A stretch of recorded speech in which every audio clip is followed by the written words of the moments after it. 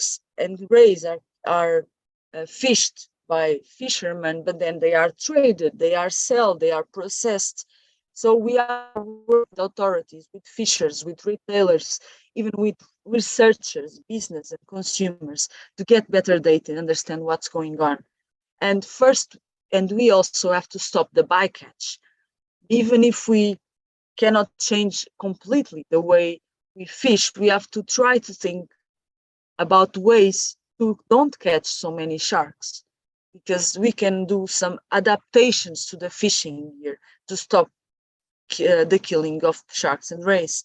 And also, if we improve the traceability, if we improve the checkpoints of the global trade, we could stop the sale of endangered species. Some species are almost disappearing. We cannot handle to lose them. And we need to start to recover species, stop the degradation and start the recovery, protect the habitats they need, and tackle climate change, because sharks and rays are also very important to tackle climate change. Now I'm almost finishing, and I just wanted to give you some a phrase that I really like, because if we don't know the species, we don't want to protect them. And we hope Matt and I were able to give you a glimpse on what are these amazing planet we live on, and that we depend not only of our side humans, we depend also on the nature, we depend on the ocean, we depend on the species that live there. So show some love for sharks and rays. Let's protect these guardians of the ocean. Please check our work on WWF on Sharks and Rays initiative, and then our work in Portugal also on oceans and fisheries. And thank you a lot to listening to us. And I'll stop sharing my screen. I will hand over again to Matt. Thanks so much, Anna. Before I sort of take the screen again, and there's a few questions about sharks, which I think, or about ocean ecosystems, which would be fantastic to just get your thoughts on. So one was, I think you might have mentioned in passing, the most endangered of the sharks and rays. But yeah, are they sort of among the most endangered fish in the ocean, or are there any notable species? So sharks and rays are now the second largest group of animals, with more species that are in risk of extinction. For example, we have the oceanic whitetip that lost 95% of the population in the last year, so it's almost gone on the ocean. We have also the whale shark. The whale shark was very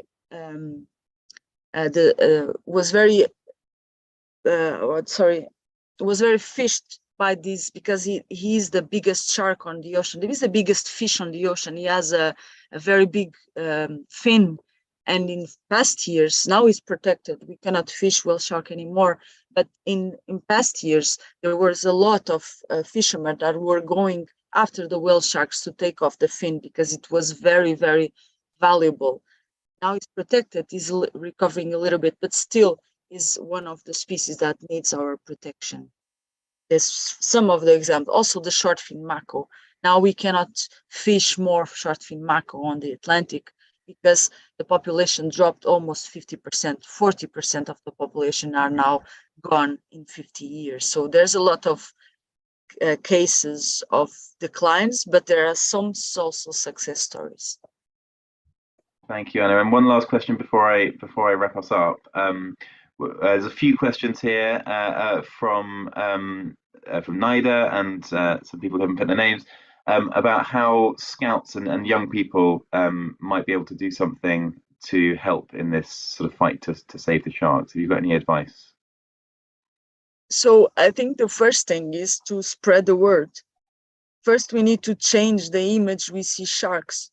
We think they are villains and they are bad bad, but actually they do a lot for our oceans. So even if we change the way we see sharks, if we start to have to see how important they are, then also the other groups, the politicians, the other groups will see that sharks are really important. So this is the first thing, I think, just to spread the word that sharks are our guardians of the ocean.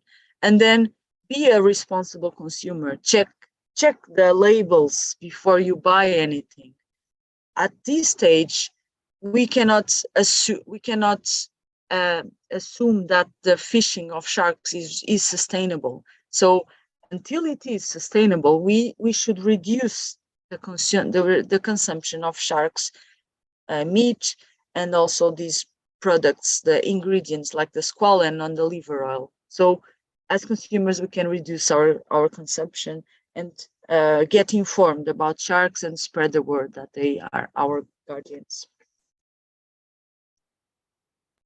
Perfect. Thank you so much. I'm just, if possible, we'll come back to another couple of questions before the end, but I just wanted to pick up on that sort of question of what we can do, or what Scouts can do, and so not just about sharks and rays, but obviously sometimes it's really helpful to just focus on what this looks like in practice for one ecosystem or one species. So that was just a really helpful insight from Anna. But there's some things that we can think about doing differently and doing to help nature, which sort of think about that whole global issue.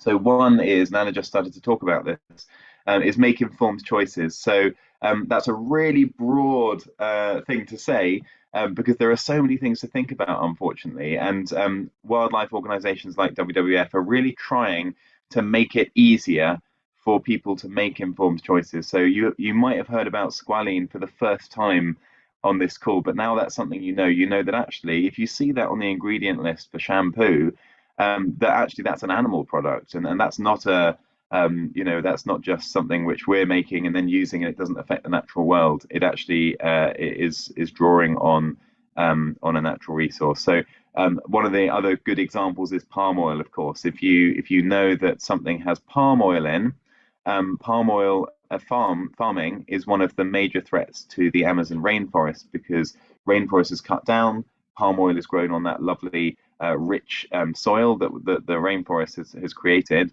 but then it doesn't last, and then they just cut more forest down and grow more.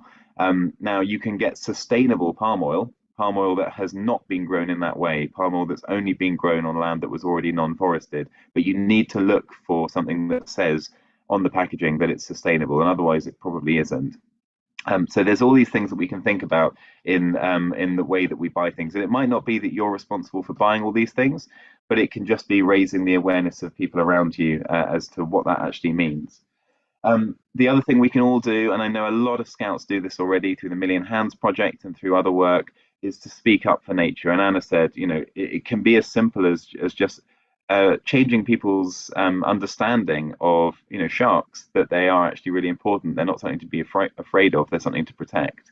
But we can also sort of speak up around things like the CBD COP, a big UN event that's coming up, which is all focused on how we are going to look after our biodiversity. Now, decision makers go into closed rooms and they have these really big discussions, but ultimately they are the governments of countries. Most of them are elected. And so they will have to listen if there is a huge, call from the people that they are representing to think about a particular issue or to take a certain action. And so we can influence just by making sure that we are raising the profile of these issues and showing that we care about protecting wildlife and wild places. If you're getting to that stage when you're starting to think about what you might do when you're older, I could make a big pitch for come into a conservation organization like WWF, and some of you might be thinking along those lines, but it's not the only way. And whatever you're thinking of doing, whether you're thinking of being a lawyer or a creative designer or a filmmaker or a politician, you can go in with an understanding of what it means for us to live sustainably. And sustainably means living in a way that we could carry on doing for years and years without destroying the natural world. And so in this case, it means understanding how some of our activities are damaging nature, and then thinking, I'm going to go in, and whatever I do, whatever industry I go into, whatever sector I go into, or maybe I'll start my own company with an idea that I have, I'm going to do it with an understanding of what works for the planet, and I won't work unsustainably or work for a company that is unsustainable. And then finally, you've heard about all of these scientists around the world who are gathering this data on wildlife populations. It's so important that we actually understand what's going on, because there's so much wildlife that we haven't even categorized, we haven't even identified different species. We live on this amazing world that's just filled with diverse life. And if we don't know what's going on in that natural world, then we can't understand the ecosystem, all those connections I talked about, and we can't identify what we can do to bring it back up and restore it and make it healthy. So you can actually help with this. There's an app which many of you may have used if you've been part of the Million Hands project, which is the Seek app that was developed by WWF with iNaturalist. It's a free app. You can have it on your phone or your parents' phone, and you can use this to just identify any living thing. So you scan over a plant or an animal or a bug, and it will tell you what it is, what species it is, and then you can record that in the app and actually submit it to a global database. So that's something we can all be doing in our local landscapes, the ones that we are best to watch over and to study, and we can help scientists understand what's going on in the natural world. And that's the kind of thing which helps things like the Living Planet report actually come up with the solutions. Okay, so we're out of time there. So there's some fantastic questions, and I'm afraid we'll run out of time, so I'm going to have to leave them. But there's loads of information about sharks on WWF's websites, and you can access the Living Planet report and read about not just sharks but all the other biodiversity on WWF's as well. So I just want a huge thank you to Anna for a really fascinating presentation about sharks. And I think that's it for today. Thank you for watching and all of these reactions. Thanks for this. No, I'm not sure whether I end it. Oh wait, no, sorry, I know why I ended. There we are, your challenge code. I was told this is going to be yes. So the challenge code is on the screen. Just so it might not be very clear, that is a 0. So it's C0MEF. So make a note of that, and hopefully you will be able to enter that where you need it. And I'm just putting it into the chat as well. Great, thanks so much, everyone. Have a really fantastic JOTI, and enjoy the rest of the sessions that you joined today. And thank you again, Anna. Bye. Thank you.